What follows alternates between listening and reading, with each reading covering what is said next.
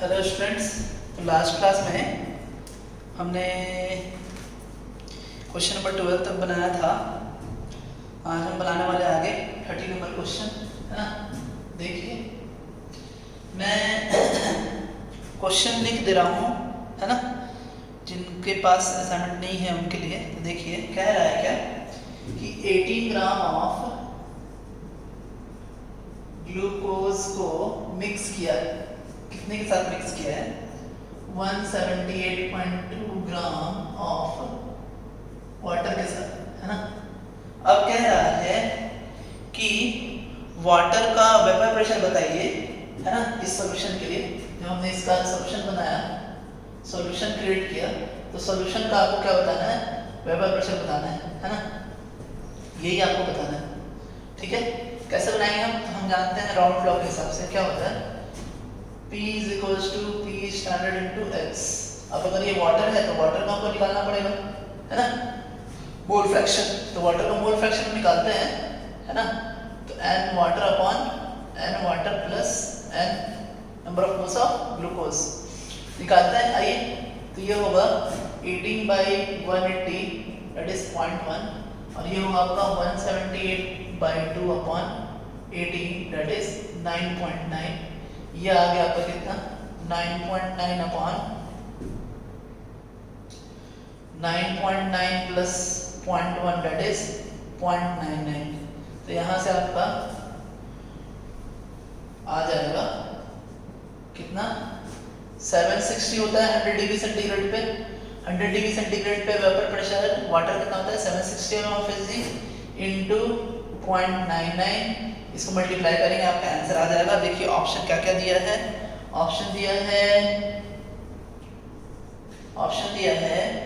752.4 ton, B है 759, सी है आपका कितना? 7.6 और डी है आपका 76। आंसर आपका ये आएगा। सॉल्व करें, ये 30 नंबर सवाल था आपका। फिर आगे चलते हैं, हम 40 नंबर सवाल बनाते हैं। देखिए 40 नंबर सवाल क्या कह रहा है ना। 40 नंबर कह रहा है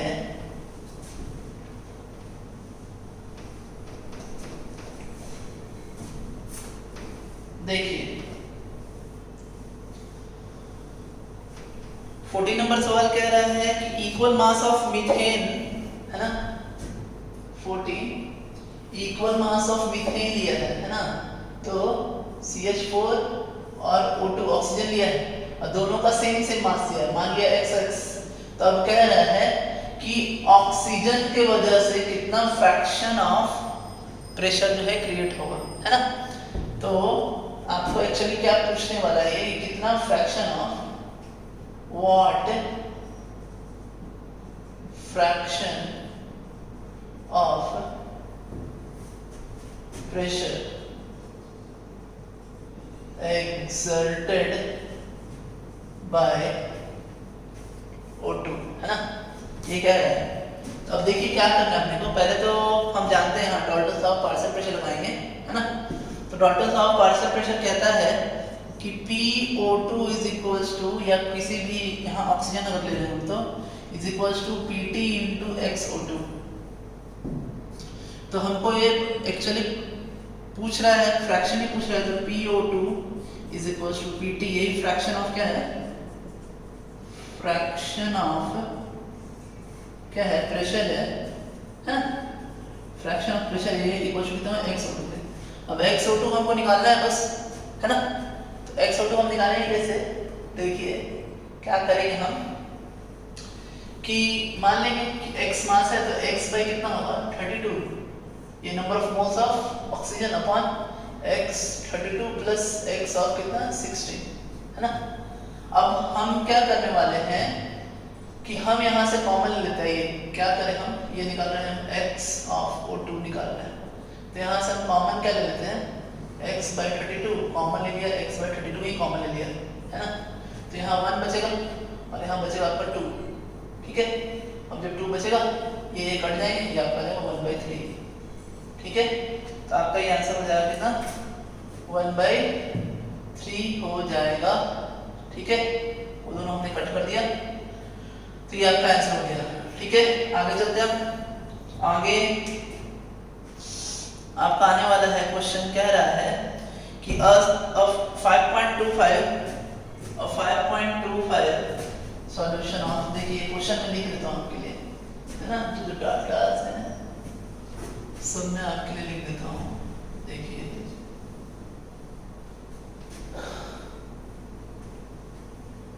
क्या डाटास हैं, आइए, हैं कि 5.25 एक सॉल्यूशन है ना, 5.25% है ना, of a substance, of a, ठीक है, और एक और सॉल्यूशन है, ठीक है, जो कि 1.5% ऑफ क्या है, यूरिया है ना। अब कह रहे हैं ये दोनों आइसोटोनिक हैं, दोनों आइसोटोनिक हैं और दोनों का डेंसिटी भी सेम है। इसकी भी डेंसिटी क्या है, 1 ग्राम पर ml, और इसकी भी डेंसिटी क्या है, 1 ग्राम पर ml, है ना। अब कह रहा है आपसे कि आइसोटोनिक है, इसका मोलर मास निकालिए, इसका मोलर मास काउंट करिए, है ना। देखिए क्या होगा, आइसोटोनिक है, अच्छा, तो इसको हम क्या करेंगे, देखिए कि टोटल जो हम लेंगे, क्या करते हैं हम, देखिए क्या करेंगे कि 5.25 है ना आपका परसेंटेज है, तो ये आपका कितना बाई m होगा, है ना। अच्छा, और जो आपका वॉल्यूम होगा, वो वॉल्यूम टोटल 100 का वॉल्यूम कितना हो जाएगा, 1 बाई ये 100 ml आएगा, इंटू हमने क्या किया 1000 कर दिया इसको, है ना, इज इक्वल्स टू ये कितना होगा 1.5/60 इंटू आपका 1/100 इंटू 1000। ठीक है, अब ये दोनों जब हम इक्वल करेंगे तो यहाँ से आपका m का वैल्यू कितना आ जाएगा, 210 आ जाएगा आंसर। देखिए कैलकुलेट करिए, ठीक है, ये m का वैल्यू आपका आ जाएगा, है ना। नेक्स्ट हम आगे चलें, तो क्वेश्चन नंबर ये था 15 आपका, है ना। अब आगे चलेंगे हम 16 की तरफ। देखिए हटाता हूँ मैं, आइए, ये क्वेश्चन कह रहा है ना कि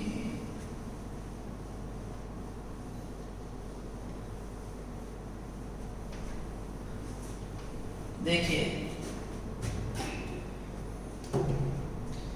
mixture of ethyl alcohol and propyl alcohol has a vapor pressure of, mixture of, है ना, एक सॉल्यूशन है, उस सॉल्यूशन में दो कंपोनेंट है, एक है आपका इथाइल अल्कोहल और एक आपका प्रोपाइल अल्कोहल। ठीक है, अब कह रहा है कि इस मिक्सचर का जो वेपर प्रेशर है वो कितना है, इस मिक्सचर का vapour pressure 290 mm of HG जो है वो वेपर प्रेशर है ना। फिर कह रहा है कि प्रोपाइल अल्कोहल का वेपर प्रेशर उन्होंने देख रखा है 200 mm ऑफ HG, है ना। और कह रहे हैं mole fraction of ethyl alcohol भी ये देख रखे हैं, है ना। और mole fraction of ethyl alcohol है पॉइंट कितना, 0.6। ठीक है, अब कह रहे हैं आपसे कि आप निकालो इसका वेपर प्रेशर निकालो। सो ये आपको निकालना है 3 स्टैंडर्ड C2H5OH, यही आपको निकालना है ना। देखिए कैसे बनेगा सवाल, कुछ करना नहीं अपने को, रॉल्फ law of two liquid solution लगाएंगे हम। क्या करेंगे कि PT is equals to P of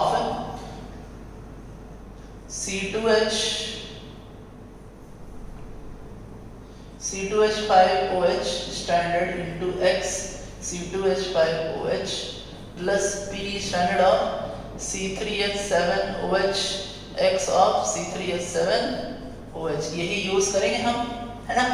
और ये यूज करके हम सवाल जो है बना लेंगे। देखिए यहाँ पर इसका वैल्यू दिया नहीं, यही अपने को निकालना है, तो ये तो हमने मान लिया P इंटू इसका वैल्यू दिया है कितना 0.6 प्लस इसकी वैल्यू भी दे के रखी कितनी 200, और ये वैल्यू आपको दिया नहीं है लेकिन हम निकाल सकते हैं क्या कि x of C2H5OH plus x of C3H7OH is equal to 1। तो जैसे ही आपका 0.6 दे दिया है x C3H7OH कितना हो जाएगा 1। तो ये आपका कितना होगा x C3H7OH is equal to 0.4। तो यहाँ पे हमने दिया 0.4 इंटू, ठीक है, और ये आपका पीटी कितना है 290 है। सॉल्व करिए आंसर आ जाएगा, है ना, p इक्वल टू आपका आएगा 350, है ना। तो ये था आपका, ठीक है, ये सवाल बन जाएगा आपसे। आगे देखते हैं हम क्वेश्चन नंबर 17 देखते हैं। नेक्स्ट सवाल क्या है, ये सवाल देखिए, है ना, आइए।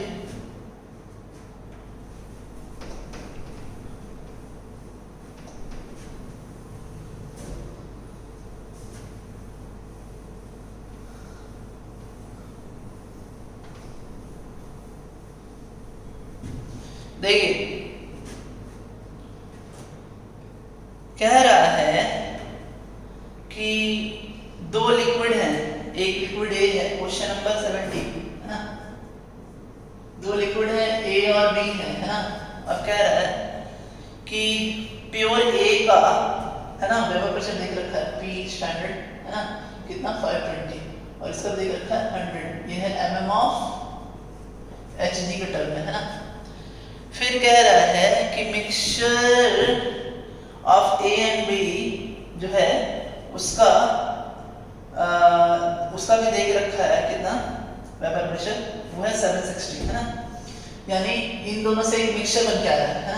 देखिए एक मिक्सचर बन के आया है, एक सॉल्यूशन है आपका, इसमें a प्लस बी है और उसका p स्टैंडर्ड p दिया हुआ है कितना 1 atm दिया है एक्चुअली, है ना।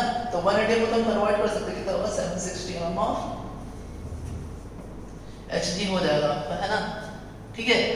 अब कह रहा है क्या कि कितना a का अमाउंट कितना है ना, what is the amount of, यानी xa आपसे पूछ रहा है, ये आपसे पूछ रहा है क्वेश्चन।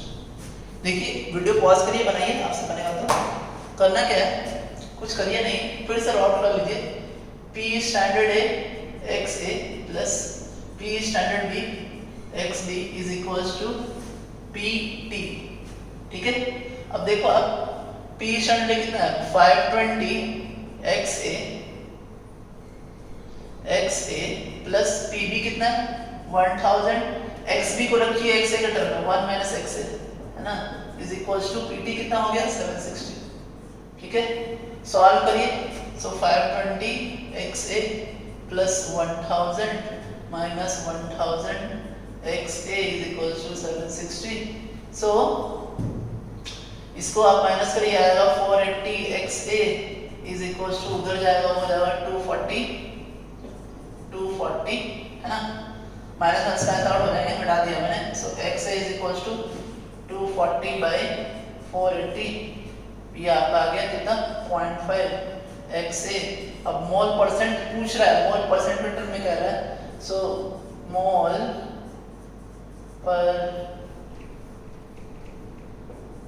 परसेंट कितना होगा 0.5 इंटू 100, दैट इज 50% आ गया। तो ये आंसर हुआ, है ना, ऑप्शन में भी 50% आपका है ना। अब देख सकते हैं आगे का जो क्वेश्चन है, the vapour pressure of 80 number question देखिए। 80 नंबर क्वेश्चन क्या है,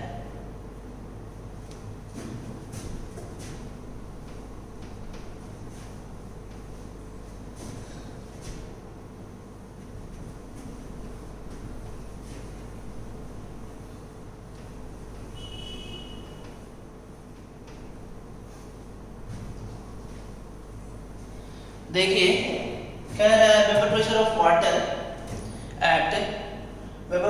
वाटर एट 20 डिग्री सेंटीग्रेड, है ना। तो P स्टैंडर्ड W वाटर का दिया है 17.5 mm ऑफ Hg, ये देख रखा है ना। अब आगे देखो आप, फिर कह रहा है कि 18 ग्राम ऑफ ग्लूकोज, फिर से यहाँ पे क्या किया, एक सॉल्यूशन बनाया है ना, और इस सॉल्यूशन में क्या है आपका, एक तो ग्लूकोज है और एक आपका क्या है, वाटर है ना। ग्लूकोज है कितना 18 ग्राम और वाटर है कितना 178.2 ग्राम है ना।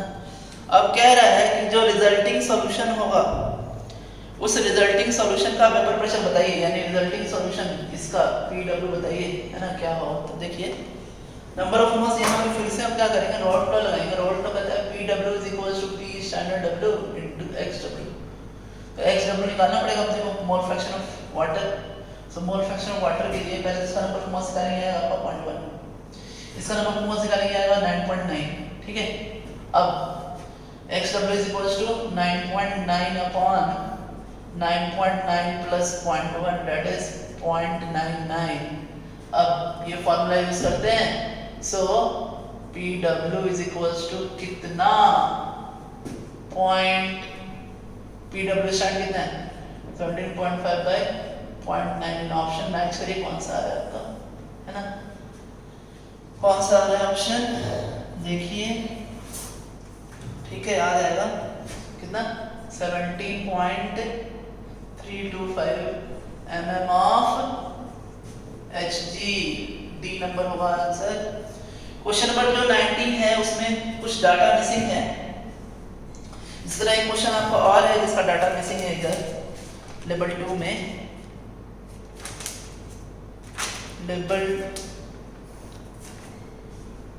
लेवल 2 के भी कुछ ऐसे क्वेश्चंस हैं, ठीक है, जिसमें आपका क्वेश्चन नंबर 58 में एक ही प्रेशर दिया हुआ है जबकि दो प्रेशर वहां होने चाहिए थे, तो वो डाटा है नहीं आपका, ठीक है।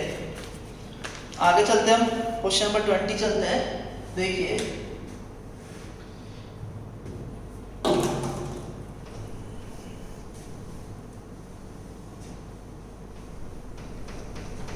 आइए,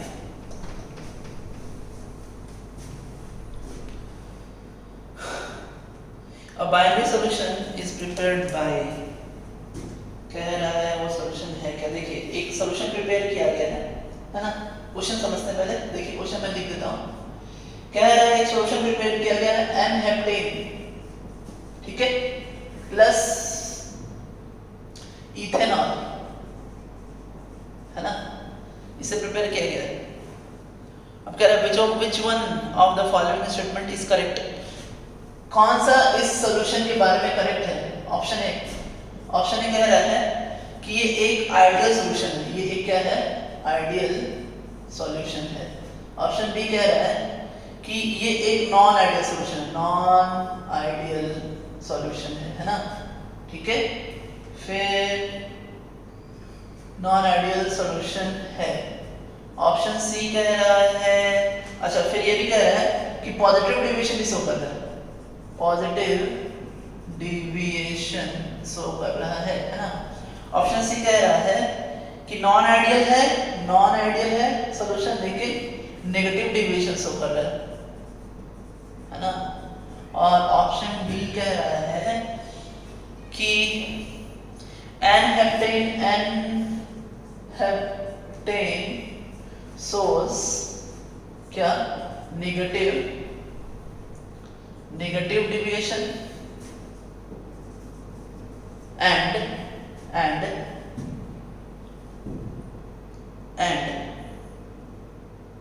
सॉरी ये पॉजिटिव कह रहा है, positive deviation and ethanol source negative deviation, and ethanol source क्या, नेगेटिव डेविएशन। क्वेश्चन ये है ना। अब इसको बनाएंगे कैसे, देखिए समझते हैं।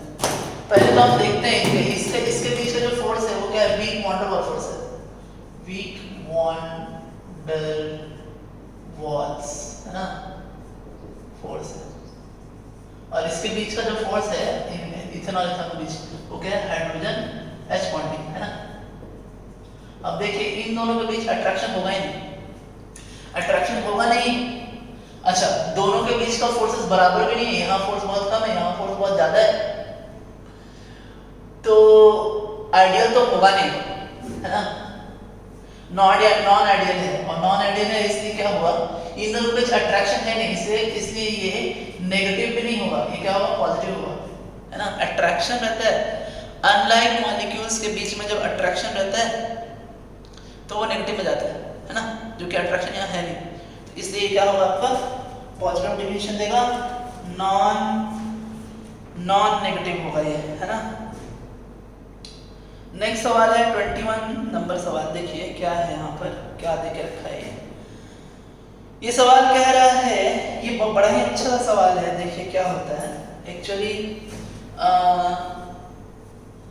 कुछ कंपाउंड्स होते हैं, जैसे ये आपका दे रहा है CO, ठीक है, CO Cl3 NH3 6NH3 ऐसा दिया है, ठीक है। इसको एक और लिखने का तरीका, ये कॉम्प्लेक्स कंपाउंड है, ठीक है ना। आपका चैप्टर एक आएगा कॉम्प्लेक्स कंपाउंड, कोऑर्डिनेशन कंपाउंड एक है ही जो मुझे आपको पढ़ाना है, तो अभी उससे रिलेटेड ये एक थोड़ा सवाल है, इसके बारे में हम जानते हैं क्या। देखिए जैसे ये इसको लिखा जा सकता है ऐसे भी, CONH3 6 और Cl ऐसा Cl3 ऐसे लिखा जा सकता है। अब बात क्या है, ये जो ब्रैकेट मैंने बनाया है बड़ा वाला ब्रैकेट, इस बड़े वाले ब्रैकेट के अंदर जो चीजें हैं वो आयनाइज नहीं होती हैं, इनके बीच में क्या है कि कोऑर्डिनेट बॉन्ड है, या इन दोनों के बीच में, ये ब्रैकेट के अंदर है, और ब्रैकेट के बाहर जो है वो क्या है, आयनिक बॉन्ड है।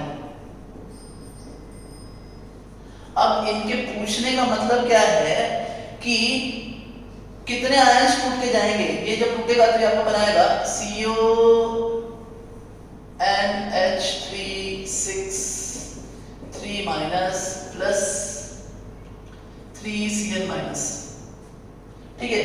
या फिर अगर ऐसा हो, अगर देखिए CONH3 5 Cl और Cl2, तो जब ये टूटेगा तो ये देगा आपका क्या, CONH3 5 Cl, अब ये अंदर वाला टूटेगा नहीं, और बाहर वाला ये 2 माइनस, और ये देगा आपका एक्चुअली ये प्लस होगा 2 प्लस, और ये 2Cl माइनस, ऐसा होगा, ठीक है ना।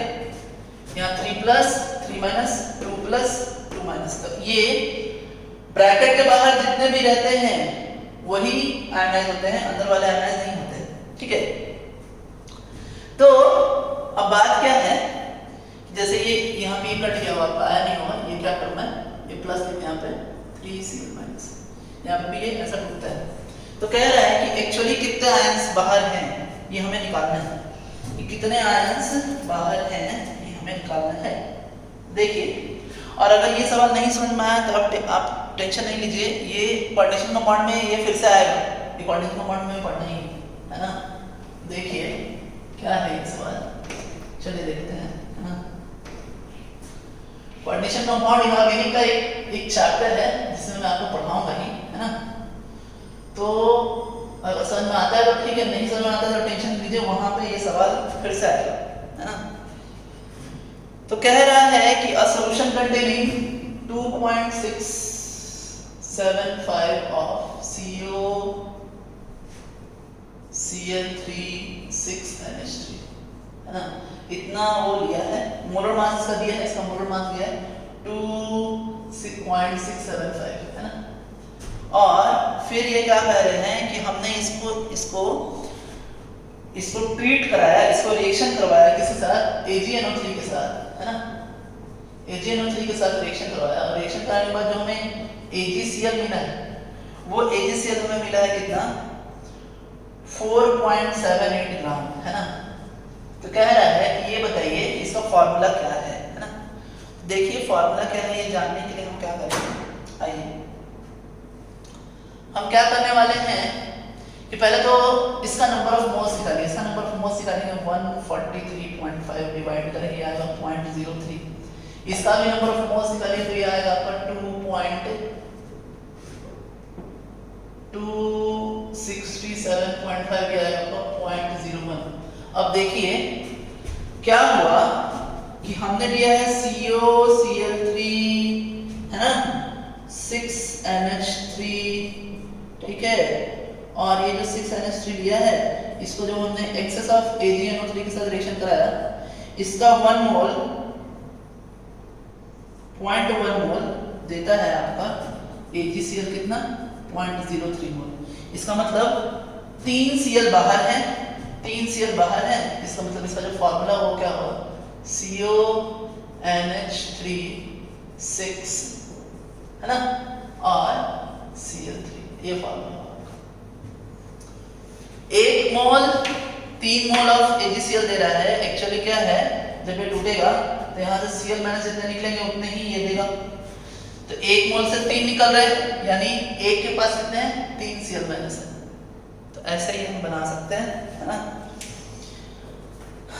आगे का जो क्वेश्चन है, क्वेश्चन नंबर 22 देखिए।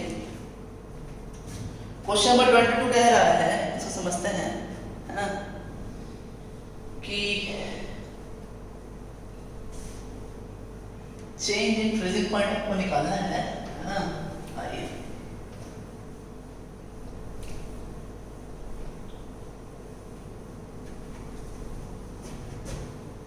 देखिए, चेंज इन फ्रीजिंग पॉइंट आपको निकालना है।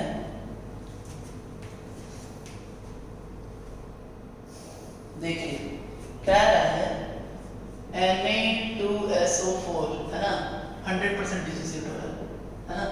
डिसोसिएट हो क्या बनाएगा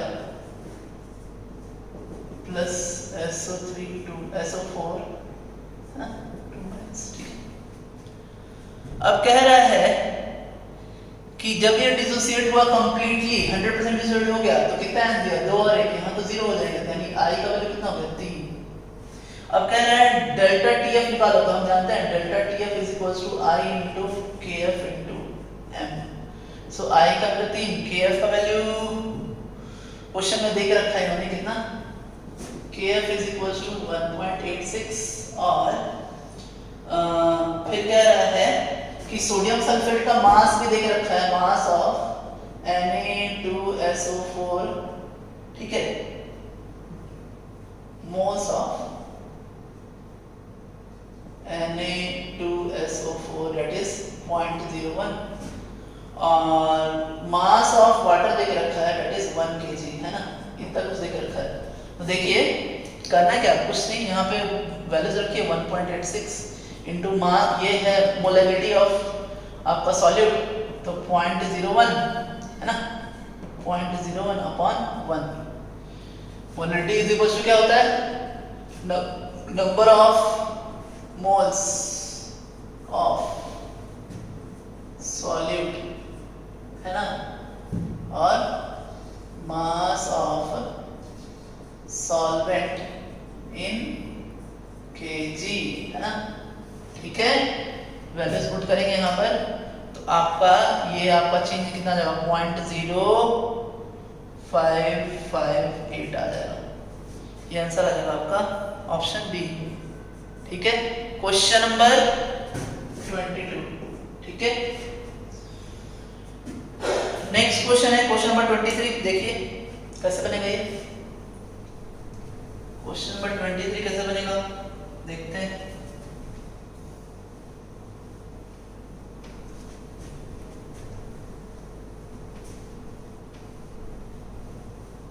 आइए क्वेश्चन नंबर 23 कह रहा है, एंटीफ्रीज मैंने आपको पढ़ाया था, एंटीफ्रीज मिक्सचर। एंटीफ्रीज मिक्सचर में हम इथाइलिन ग्लाइकॉल लेते हैं, है ना। अब कह रहा है कि फ्रीजिंग होने से बचाना है इसको 0 डिग्री सेंटीग्रेड पे। तो पहले तो देखिए क्या क्या कह रहे हैं, यहाँ पे क्या क्या दिया है। TF हमको पहुंचाना है -6, है ना, डिग्री सेंटीग्रेड पे। TF स्टैंडर्ड कितना होता है 0, है ना। अच्छा, उसके बाद कह रहा है क्वेश्चन कि वाटर मास ऑफ, पूछ रहा है आपसे इथाइलिन ग्लाइकॉल, यानी मास ऑफ क्या पूछ रहा है, इथाइलिन ग्लाइकॉल, EG लिखा मैंने, है ना, और मास ऑफ वाटर देके रखा है कितना 4 kg, है ना, ये देके रखा है आपको। अब कह रहा है कि आप मास ऑफ इथाइलिन ग्लाइकॉल निकाल के बताइए, ठीक है। KF भी देके रखा है वाटर का, कितना है KF 1.86, ठीक है। तो देखिए कैसे बनाएगा ये सवाल, है ना। आइए क्वेश्चन में तो पहले डेल्टा टी एफ निकालो आप। डेल्टा टी एफ कितना आएगा 0 माइनस 6 दैट इज 6 आ गया है ना। तो हम जानते हैं delta T F is equals to K F into M. अब देखो ग्लाइकॉल जो है वो डिसोसिएट एसोसिएट होने वाला नहीं है, यहाँ आई आएगा ही नहीं, नॉन वोलेटाइल है वो, है ना। ग्लाइकॉल जो है वो नॉन वोलेटाइल है, नॉन वोलेटाइल नॉन इलेक्ट्रोलाइट, टूटेगा भी नहीं वो, ठीक है ना, टूटेगा भी नहीं, तो इसलिए नहीं टूटेगा तो वहाँ पे आई लेने की कोई जरूरत ही नहीं है। अब देखिए यहाँ पर ये 6 आएगा, के एफ का वैल्यू 1.6 हुआ इनटू, जब भी डिसोसिएट या एसोसिएट होता है ना बच्चे, तभी हम आई का वैल्यू लिखते हैं, है ना। यहाँ इथाइलिन ग्लाइकॉल ना ही डिसोसिएट होगा ना ही एसोसिएट होगा, ठीक है। अब देखिए, अब m हम निकालेंगे मोलैलिटी, तो मोलैलिटी के लिए ये हमने मान लिया मास ऑफ Eg अपॉन 63 और इनटू डिवाइड कर दो वाटर के, ये मोलैलिटी हम निकाला।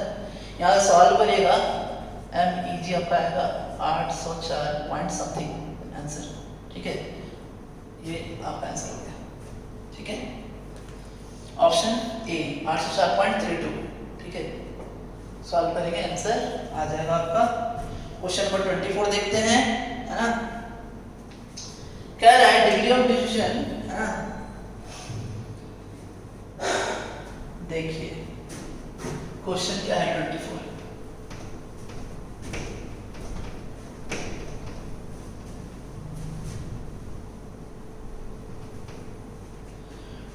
क्वेश्चन कह रहा है, हमने क्या लिया है, एक ऐसा सॉलिड लिया, ठीक है, और इसका डिग्री ऑफ डिफ्यूजन अल्फा है ना, डिग्री ऑफ डिफ्यूजन अल्फा है और वाटर फैक्टर आई है। अब कह रहा है अल्फा का वैल्यू निकालो आई के टर्म में, इसका वैल्यू निकालना है किस टर्म में, आई के टर्म में, है ना। ये अपने को निकालना है, देखिए कैसे निकालेंगे। पहले तो लिखते हैं इसको ax प्लस by, टूटेगा कैसा है, तो टूटेगा x a के power y plus y b के पावर x माइनस, ठीक है। कटाया मैंने मान लिया हमने। अब इसको लिखिए 1, सो 1 माइनस अल्फा और ये x अल्फा, है ना, x बड़ा लिखते हैं x अल्फा, ठीक है, और ये हो जाएगा आपका y अल्फा, ठीक है।